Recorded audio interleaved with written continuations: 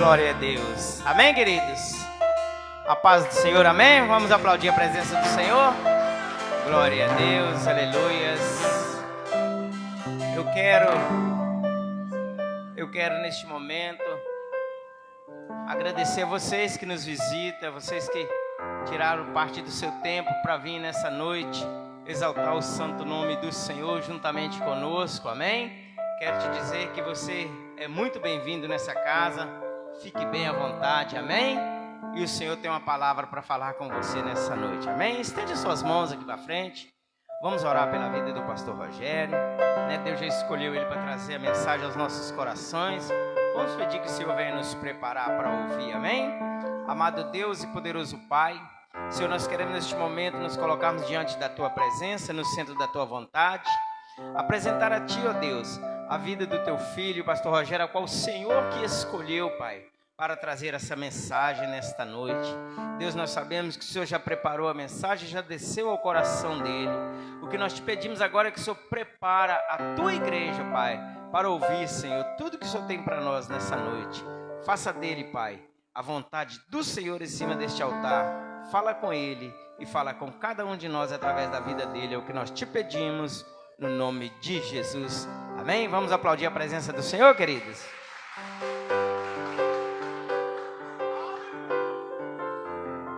Meu irmão, paz do Senhor.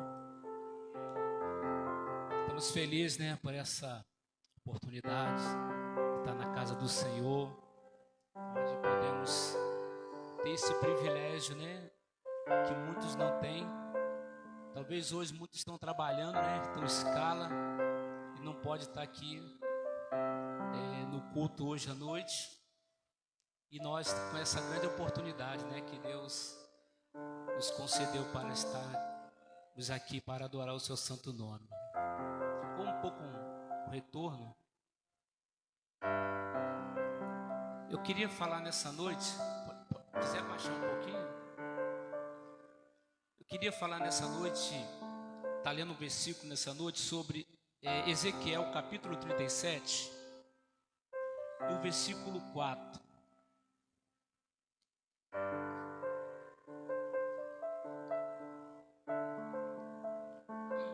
Ezequiel 37.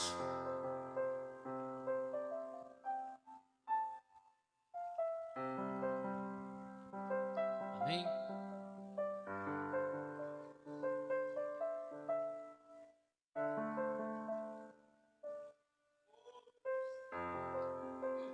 Diz assim: E disse-me então, profetiza sobre estes ossos, e dize a eles, ossos secos, ouvi a palavra do Senhor.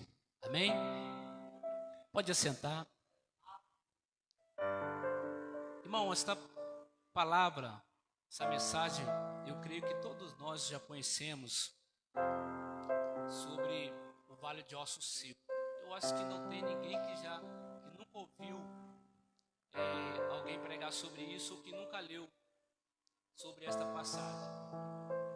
E o interessante é que Deus, ele leva profetas a lugares mais absurdos.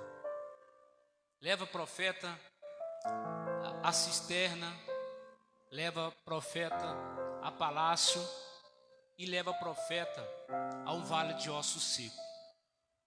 E a gente fica pensando que quando você é um profeta de Deus, você não olha a circunstância ou o lugar que Deus te envia. Porque muitas das vezes a gente quer ir só até os palácios, né? E muitas das vezes o profeta ele tem que ir às vezes à prisão, à cisterna e ao vale de ossos secos. Então, quando nós lemos essa mensagem sobre Ezequiel, quando Deus leva Ezequiel ao vale de ossos secos, e que Ezequiel começa a profetizar, e a gente vê que Israel, ele tipifica a igreja. E Israel naquele momento, quando Deus levou Ezequiel a esse vale, mostra que Israel estava morto espiritualmente. Então, quando Ezequiel começa a profetizar que aqueles ossos começam a se juntar, aqueles nervos, aqueles tendões, a carne, é uma profecia que se cumpriu em 1948, quando Israel se tornou uma nação aonde todos os judeus foram voltando para a sua terra. Mas diante daquela profecia, aquele exército se colocou em pé, mas podemos ver que Israel, aparentemente, ele é uma nação não espiritual, mas ainda uma nação carnal. Ou seja, se nós colocarmos hoje para o homem, Israel é um homem carnal. É o mesmo caso de Coríntios, 2 Coríntios capítulo 2, que diz assim, que o homem carnal não compreende as coisas do Espírito.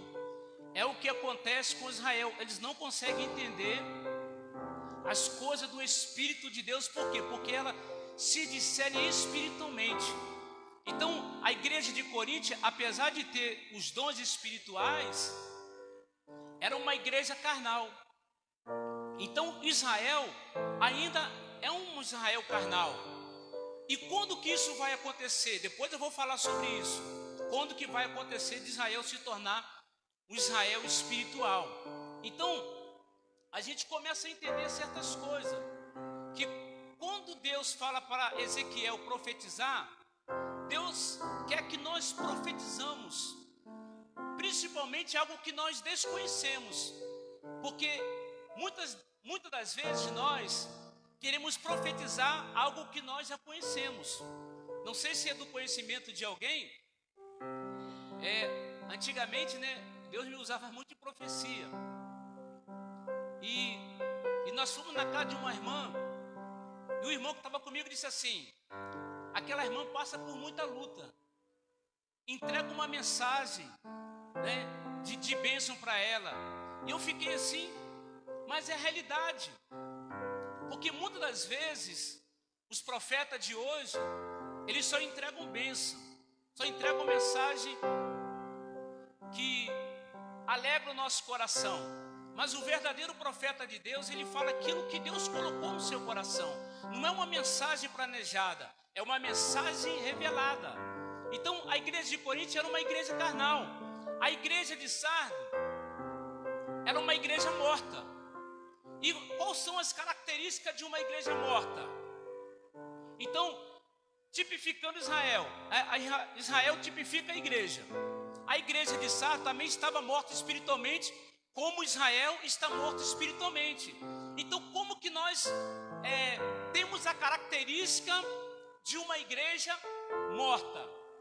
Primeira coisa que nós observamos, numa igreja morta existe silêncio. Por que existe silêncio? Porque quando nós vamos ao cemitério, ali só há silêncio. Você não vê um morto glorificar a Deus. Você não vê um morto dizer aleluia. Você vai no cemitério à noite e não tem nada. Então isso é uma característica de uma igreja morta. Outra característica de uma igreja morta são igreja que não tem línguas estranhas, que não se fala em língua. Por quê? Porque está morto espiritualmente. Mas eu tenho certeza que aqui hoje, nessa noite, a glória de Deus já desceu e nós já podemos ouvir língua estranha aqui neste lugar. Ou seja, que esta igreja não é uma igreja morta, mas essa é uma igreja que teve vida espiritualmente. Porque alguém profetizou que esta igreja seria uma igreja de poder, não uma igreja morta. Outra característica de uma igreja morta são igreja fria. Sabe, pessoas que não sentem nada. Eu conheço igreja assim. Igreja fria que ninguém sente nada. Então, o morto não sente nada. São frios, ficam gelados, Eu nunca toquei no morto, mas o morto ele fica gelado. Então, a característica de uma igreja morta é frieza espiritual. É por isso que Deus nos batizou com o Espírito Santo e com fogo, para que até aquele crente que é chamado de caixa d'água, ele possa pegar fogo pelo poder de Deus. Então, característica de igreja morta é a igreja que não tem poder, é uma igreja que não tem autoridade de Deus pela palavra, uma igreja que não tem poder espiritual. Mas nós queremos profetizar que esta igreja não será uma igreja morta espiritual, mas que esta igreja será uma igreja poderosa, uma igreja que vai avançar para o reino de Deus. Então nós começamos a entender que Deus colocou o profeta numa situação muito difícil, porque nós abrimos a nossa boca muitas das vezes para nos amaldiçoar, para poder amaldiçoar alguém. Mas Deus fala para Ezequiel, profetiza. No capítulo 37, versículo 4, versículo 7, versículo 9, está dizendo, profetiza. E eu faço uma pergunta. Por que Deus precisa tanto de profeta? Por que Deus precisa de profeta? Porque Amós, não lembro o capítulo agora, se é o capítulo 4, fala assim, Deus não fará coisa alguma sem antes revelar os seus servos, os profetas. Amém? Tem profeta de Deus aqui nessa noite? Deus quer te revelar coisas profundas, coisas ocultas. Mas para isso você tem que ser profeta. É por isso que Deus precisa de profeta, porque o profeta ele anda em intimidade com Deus. O profeta ele anda em conexão com Deus. E quando tem alguma coisa aconteceu na igreja, é o profeta que é revelado, é o profeta que Deus fala com ele para poder revelar alguma coisa que está acontecendo. Mas quando não há profeta, sabe o que acontece? Não há profecia. Não havendo profecia, o povo se corrompe. Sabe o que acontecia antigamente? Que as pessoas eram muito usadas por Deus. As pessoas tinham medo de ir no culto e medo de ser revelado pelo profeta. Hoje ninguém tem medo mais.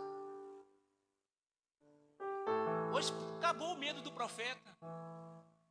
Por quê? Porque o profeta hoje, ai dele se entregar uma mensagem dura. A gente quer uma mensagem que nos agrada, uma mensagem que vai nos deixar felizes. Mas se eu não me engano, o profeta Micaías, se eu não estou enganado, quando estava aí naquela peleja, né, Acabe, todos os profetas estavam profetizando a mesma coisa. Vai que Deus vai entregar nas tuas mãos. Aí quando alguém foi buscar o profeta Micaías, disseram assim para ele, olha, todos os profetas estão profetizando a mesma coisa. Sabe qual foi a resposta dele? Aquilo que o Senhor colocar nos meus lábios, isso eu falarei. Então isso é um verdadeiro profeta de Deus. O profeta de Deus não se deixa influenciar pela aparência.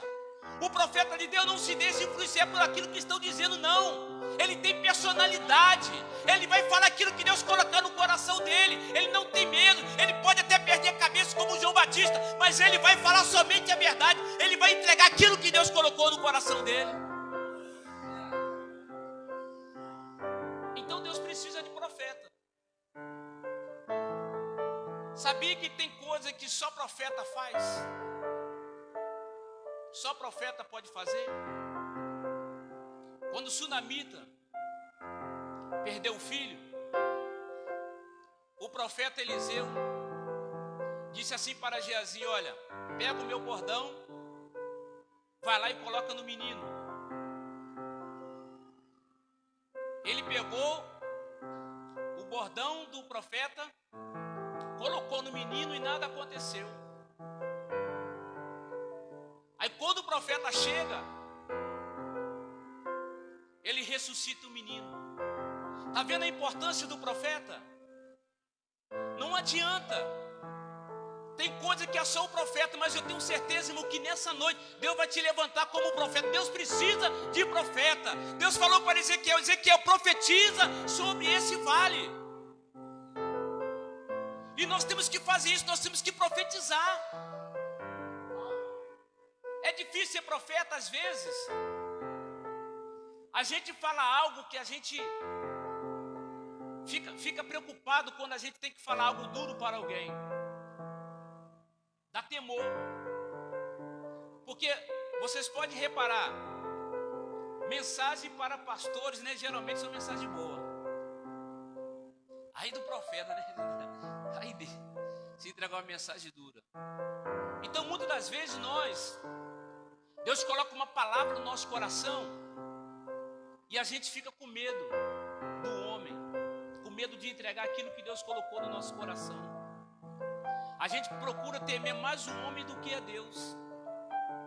E o que nós fazemos? Nós não temos coragem de entregar aquilo que Deus colocou no nosso coração. São profetas covardes, são profetas medrosos, são profetas que querem entregar, querem estar bem com todo mundo, para não perder o seu status de profeta, para não perder a sua condição de profeta. O que ele faz? Ele entrega a mensagem boa para todo mundo. Só que nós temos que entender, será que realmente a mensagem de Deus? É lógico que nós não podemos julgar o profeta, mas sim a profecia. Então Deus quer que nós fazemos o quê? Sejamos profeta verdadeiro. Amém? Profetizamos. Por que Deus chamou Ezequiel para profetizar? Por que Deus precisa de profeta? O profeta é aquele que vai profetizar prosperidade aonde há escassez. Hoje aqui na escola falou um pouquinho sobre isso. A nossa mentalidade antigamente é que crente tinha que ser pobre. A humildade do crente era não ter nada. Não é bem isso que a Bíblia diz. Então o profeta ele tem que chegar no lugar e profetizar aonde há escassez, começar a profetizar prosperidade. Aonde há enfermidade, começar a profetizar cura. Aonde há tristeza, começar a profetizar alegria. Ah, mas eu não estou vendo nada acontecer. Ezequiel também não estava vendo nada. Ezequiel estava numa situação difícil. Agora Deus falou, começa a profetizar, Ezequiel, sobre esses ossos. Então o verdadeiro profeta é isso, ele vai profetizar coisas que ele não está vendo, coisas que ele não sabe. O verdadeiro profeta, ele vai profetizar vida aonde há morte. Ele vai profetizar alegria onde há tristeza. É o poder da palavra. Irmão, nós temos Deus nos deu autoridade. Eu disse aqui que a igreja era uma igreja de poder. O poder da palavra. Você conhece o poder da palavra? Quando você começa a profetizar. Você já viu que tem um teste aí sobre um cientista que colocou ali os potes de arroz? Quem já viu isso? Quem já viu? Ele coloca dois ou três potes de arroz, um cientista. E sobre um pote de arroz, ele começa a amaldiçoar, dizendo que ele não vale nada, que ele não vai crescer, que aquilo ali não presta. Mas para o outro ele começa a abençoar. E sabe qual é o resultado? Aquele que ele abençoa, fica um arroz ali, arroz cozido, né?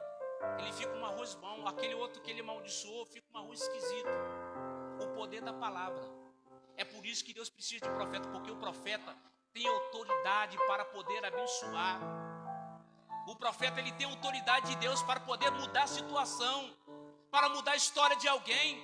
Mesmo que parece tudo perdido, mas quando o profeta abre a boca e começa a profetizar, Deus muda a história.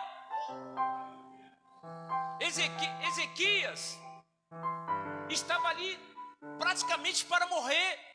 O profeta foi lá e disse: olha, prepara a tua casa, porque certamente tu morrerás. Aí Deus manda o profeta Isaías de novo voltar lá e diz assim, ó, fala para ele que eu vou acrescentar os anos dele mais 15 anos de vida. É autoridade. Você pode mudar. Você tem poder para poder mudar o ambiente onde você está, para abençoar o seu local de trabalho, para poder abençoar a tua igreja. Só que muitas das vezes nós não conhecemos o poder da palavra, o poder que tem o profeta. E em vez da gente abençoar, nós acabamos amaldiçoando. E o profeta, ele é tão importante. Ele é tão importante que o profeta de Deus, quando o profeta Elias, ele foi lá para Serepta, havia uma viúva. O que aquela viúva tinha? Um pouquinho de azeite, uma botija de azeite e um pouquinho de farinha. E o que ela fez? O que o profeta disse? Olha, prepara um bolo para mim. Aquela viúva já não tinha mais nada. A única esperança dela era comer aquilo que ela tinha e ela e o filho dela morrer. E quando você, olha para você ver, nós falamos sobre isso aqui, o princípio de honra. O profeta precisa ser honrado, pastores precisam ser honrados, os líderes precisam ser honrados. Então o profeta disse, olha, prepara primeiramente um bolo para mim. Aquela mulher só tinha um pouquinho de azeite e um pouquinho de farinha, mas ela fez um bolo para o profeta. E eles comeram muitos dias. Olha para você ver o que acontece. E quando chegou um certo tempo, aquele filho daquela mulher morreu. Sabe o que aconteceu? Por aquela mulher ter honrado o profeta ressuscitou aquele menino. Aquela mulher sunamita, o profeta passava e ela dizia, esse homem que passa por nós é um servo de Deus. O que ela fez? Ela preparou um quarto, mobiliou o quarto e deixou um lugar para um homem de Deus. E o que aconteceu? Aquela mulher um dia já tinha o seu marido avançado de idade, não tinha filho, mas ela honrou o profeta. E de repente o profeta diz, olha, certo tempo tu darás à luz um filho. E aquela mulher teve um filho. E sabe a cama que aquela mulher colocou naquele quarto para o homem de Deus? Foi a mesma cama que ele ressuscitou o filho daquela mulher. Está vendo quando você honra o profeta, o que acontece? Deus te abençoa. Sabe o que a Bíblia diz? Em Gênesis capítulo 12, eu abençoarei aqueles que te abençoares. É por isso que Deus quer levantar profeta nesta noite. Porque há muitas vidas aí fora que precisam de uma palavra profética, de uma palavra de autoridade. E só nós temos esta palavra. Só que muitas vezes nós se calamos, às vezes com medo de falar para alguém alguma coisa. E a nossa palavra tem poder para mudar a vida de alguém. Mas isso vai depender de quem? Vai depender de mim, vai depender de você. De se colocar como profeta de Deus. Eu queria, não estou terminando ainda não, vou. Você vai pensar que estou terminando, já acabou? Não. Eu queria que você se colocasse de pé agora. Estou terminando não, tá?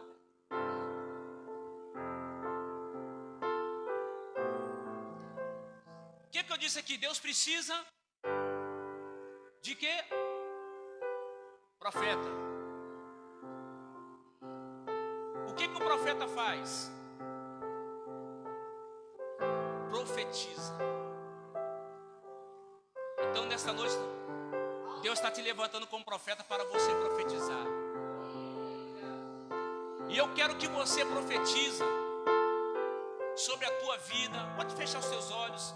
Se eu quiser colocar a mão em alguém, eu quero que você profetiza sobre o teu irmão. Profetiza sobre a tua família, sobre o teu trabalho, sobre o teu negócio. Profetiza sobre as cadeiras que precisam ser compradas. Profetiza sobre o ar-condicionado para esta igreja. Porque, irmão, se Deus faz algo extraordinário através de um profeta, imagine esta igreja profetizando. Irmão, nós já estamos profetizando as cadeiras para esta igreja. Já estamos profetizando o ar-condicionado para esta igreja. Vai se tornar uma realidade. Eu quero que você profetiza. Profetiza sobre a tua família. Talvez alguém lançou palavra de maldição contra você, contra a tua família. Mas nessa noite, a tua família está abençoada. A tua família vai ser uma família próspera. O teu trabalho será um trabalho próspero. Deus está te levantando hoje como profeta. Talvez seja só hoje, mas o Espírito de Deus vai te levantar como profeta para poder abençoar esta igreja nesta noite. Profetiza sobre a tua vida. Você não é maldição, você não é uma pessoa qualquer, você é alguém que foi chamado por Deus para poder fazer a diferença. Eu profetizo sobre a tua vida, que haja paz, que haja prosperidade, que haja saúde mental, que haja saúde física, que todas as bênçãos de Deus recaiam sobre a tua vida.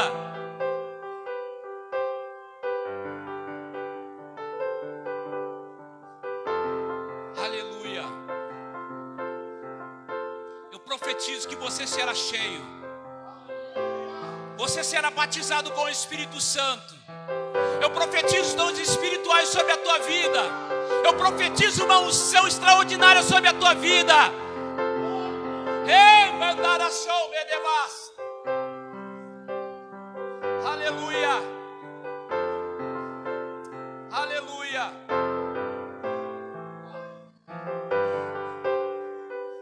Eu profetizo sobre a tua vida. Cante o louvor, irmão. Em nome de Jesus. Eu profetizo sobre aqueles que estão na tua família e que estão afastados. Deus vai trazer de volta. Aquele que está enfermo, Deus vai dar cura para ele nesta noite. E abençoar quem Deus quer libertar. Aleluia. Não vou calar meus lábios. Aleluia. Abre a sua boca, irmão. Profetiza sobre a tua vida. Põe a mão sobre a sua cabeça.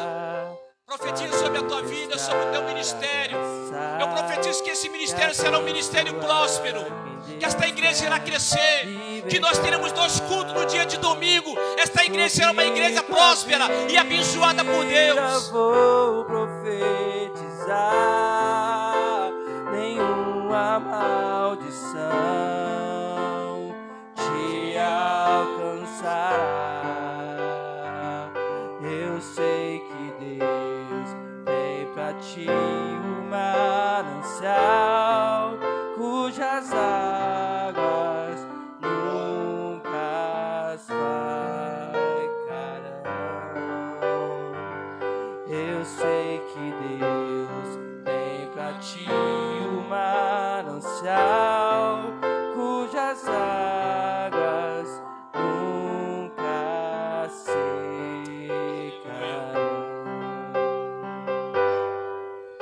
Aleluia. Amém, irmão? Quem se sente abençoado por Deus nessa noite? Irmão, você está abençoado. Irmão, aonde você colocar a planta dos teus pés, aonde você colocar as tuas mãos, será abençoado. Os teus negócios serão prósperos. Deus não quer que nós vivemos escassez. Deus quer que nós vivemos o transbordo dele na nossa vida. Deus quer que nós vivamos uma vida extraordinária na sua presença. E é o que eu profetizo sobre a tua vida, que a tua vida será uma vida extraordinária, que o brilho de Deus estará sobre a tua vida, que aonde você chegar, as pessoas vão ver que você é alguém diferente. Amém? Pode sentar. Já estou terminando. Então o profeta Ezequiel, ele profetizou sobre aquele vale de ossos secos. E conforme ele ia falando, aqueles ossos foram se juntando. E eu disse que esse Israel é um Israel natural ainda. Mas quando será que Israel se tornará um Israel espiritual? O livro de Zacarias, capítulo 12, verso 10, a Bíblia fala que Deus derramaria o espírito de súplica, que será a conversão de Israel. Israel já se levantou como nação, mas é uma nação que ainda não reconhece Jesus como Salvador. Porque o livro de Joel, capítulo 2, no verso 28, o Senhor fala assim, que derramarei o meu Espírito. O livro de Atos, capítulo 2, o verso 17, fala que foi derramado do Espírito. Há uma diferença, o meu Espírito do meu Espírito. Então houve um Pentecoste, um derramamento parcial, mas ainda haverá um outro derramamento. E eu espero que esse outro derramamento também aconteça aqui nesta noite sobre as nossas vidas, para que possamos se levantar realmente como crente, como profeta espiritual, para poder pregar a palavra de Deus. Então Israel, Deus vai derramar esse espírito de súplica sobre Israel no final da grande tribulação. Não sei se vocês vão passar pela tribulação, né? Tem uns que acreditam que vai passar. Eu sou do que não acredito que vou passar pela tribulação, né? Então no final da grande tribulação será derramado o Espírito de Deus sobre Israel, e Israel se converterá ao Senhor. Amém? Então é a profecia de Ezequiel se cumprindo na vida daqueles ossos secos. Se Deus pode dar vida a um vale de ossos secos, por que Deus não pode mudar a nossa história? Por que Deus não pode mudar a história da tua família? Se aqueles ossos já estavam mortos, porque ainda Deus não pode fazer algo que ainda está vivo? Mesmo que estiver morto, Deus ainda pode fazer coisas tremendas. Mas o que vai mudar o ambiente é a palavra que sai da nossa boca. Porque Deus falou para Ezequiel, profetiza. Amém? Profetiza. Está dando errado? Profetiza que vai dar certo. Está difícil? Profetiza que vai dar certo. Começa a declarar sobre a tua vida. É pensamento positivo? Não. Não é pensamento positivo. O apóstolo Paulo disse assim, eu criei, por isso falei. Está dando errado? Então profetiza. Você tem autoridade de Deus para poder mudar o ambiente, mudar a história. E eu tenho certeza, irmão, que nessa noite foi uma noite profética, que Deus mudou a nossa história. Talvez você não entendeu, não conseguiu entender, mas Deus está mudando a nossa história e vai mudar a tua história. Porque, irmão, não precisa ser profeta que vai estar profetizando. O poder da palavra está na tua boca. Começa a falar, começa a declarar. O que você quer? Quer passar na faculdade? Declara, eu já passei na faculdade.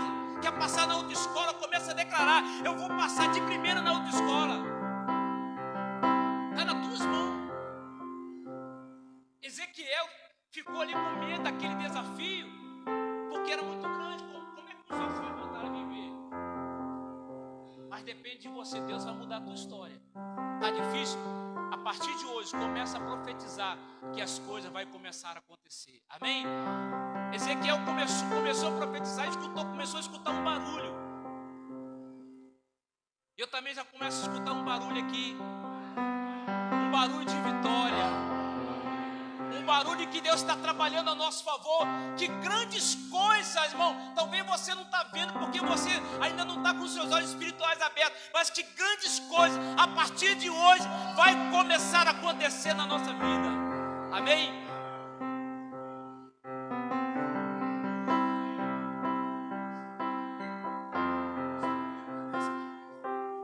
Irmãos, eu tomei posse. Você tomou posse? Em nome de Jesus. Eu quero aproveitar essa palavra aqui de gancho. Quero convidar aqui o pastor Paulo, o presbítero Geraldo. Nós vamos profetizar sobre a vida do Miguel de Castro. Nós somos profeta, né, pastor? Às vezes a gente se intimida, viu, irmãos?